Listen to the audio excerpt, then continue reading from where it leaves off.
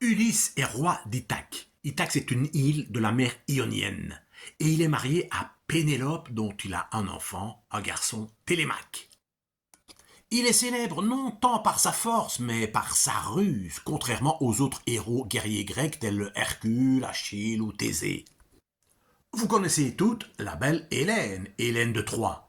Pour le moment, elle n'est pas encore de Troie, elle est simplement la fille du roi de Sparte. Et son père, comme tout bon papa grec, veut lui trouver le meilleur parti. Alors il publie une annonce sur le Tinder de l'époque. Mais comme elle a la réputation d'être la plus belle de toutes les femmes, tous les rois grecs, les princes, les seigneurs, les marquis, les barons, tout le monde rapplique. Et chacun prétend à être l'heureux élu. Vous imaginez le bazar, les risques de bagarre, d'échauffourées et même de guerre civile. Pour les éconduits, Ulysse, connu pour sa ruse légendaire, donne ce conseil au père d'Hélène. Car lui, il n'est pas intéressé par Hélène, il est amoureux de Pénélope. Et il lui dit, si tu ne veux pas que ton pays soit ravagé par les prétendants non retenus, fais-leur jurer à tous fidélité et soutien à celui qu'Hélène choisira. Hélène choisit Ménélas. Et c'est là que notre histoire va commencer. Alors quand plus tard Hélène se fera la malle avec un prince troyen, Paris, Ménélas, le mari cocu, rameute tous les rois grecs qui lui ont juré fidélité.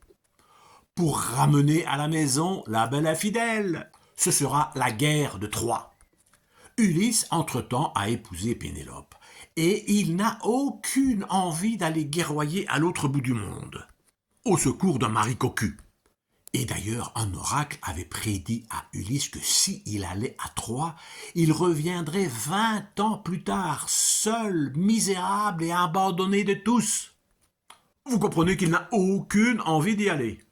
Alors quand on vient le chercher pour l'embaucher pour la guerre, il se fait passer pour fou, en labourant le sable de la plage et en y semant du sel. L'agent recruteur, lui, y voit la malice, et se saisissant du fils d'Ulysse, encore bébé, il le place devant la charrue. Ulysse évite adroitement de rouler sur son bébé, prouvant par là qu'il n'était pas si fou que ça, et hop, bon pour le service. Un autre oracle avait prédit que le premier guerrier grec qui toucherait le sol troyen mourrait à coup sûr. Tous les bateaux grecs arrivent le long des côtes de Troie, mais personne n'ose sauter à terre. Tout le monde se regarde en chien de faïence. Ulysse, lui, lance son bouclier et fait mine de sauter sur le sol troyen, alors qu'il ne saute que sur son bouclier. Voyant que le premier a sauté, tous les autres soldats le suivent. Et la guerre de Troie peut enfin commencer. Elle va durer 10 ans sans vainqueur. Finalement, les Grecs font mine de se retirer en abandonnant leur campement, dans lequel ils ont laissé un grand cheval de bois. Oui, le cheval de Troie. Les Troyens font alors entrer ce cheval dans la cité en pensant que c'est un hommage à Apollon. Mais il est farci de guerriers grecs, dont Ulysse lui-même, bien sûr, c'était son idée.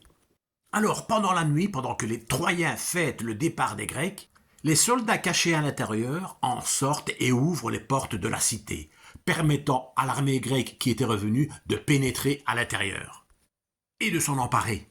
Alors, après avoir mis tout à feu et à sang, de s'être emparés d'un beau butin, ils songent enfin à rentrer à la maison. 10 ans, ça fait long quand même. Mais n'oubliez pas l'oracle. Ulysse devait rentrer 20 ans plus tard chez lui. Seul et misérable, il va donc errer encore 10 ans à travers le monde, en connaissant toute une suite d'aventures plus extraordinaires les unes que les autres. Aventures qu'on appellera l'Odyssée. Mais d'où vient ce nom Odyssée? C'est tout simplement le nom en grec d'Ulysse. Ulysse, en effet, est le nom latin. Mais je vais laisser Françoise vous emmener à travers toutes des aventures extraordinaires.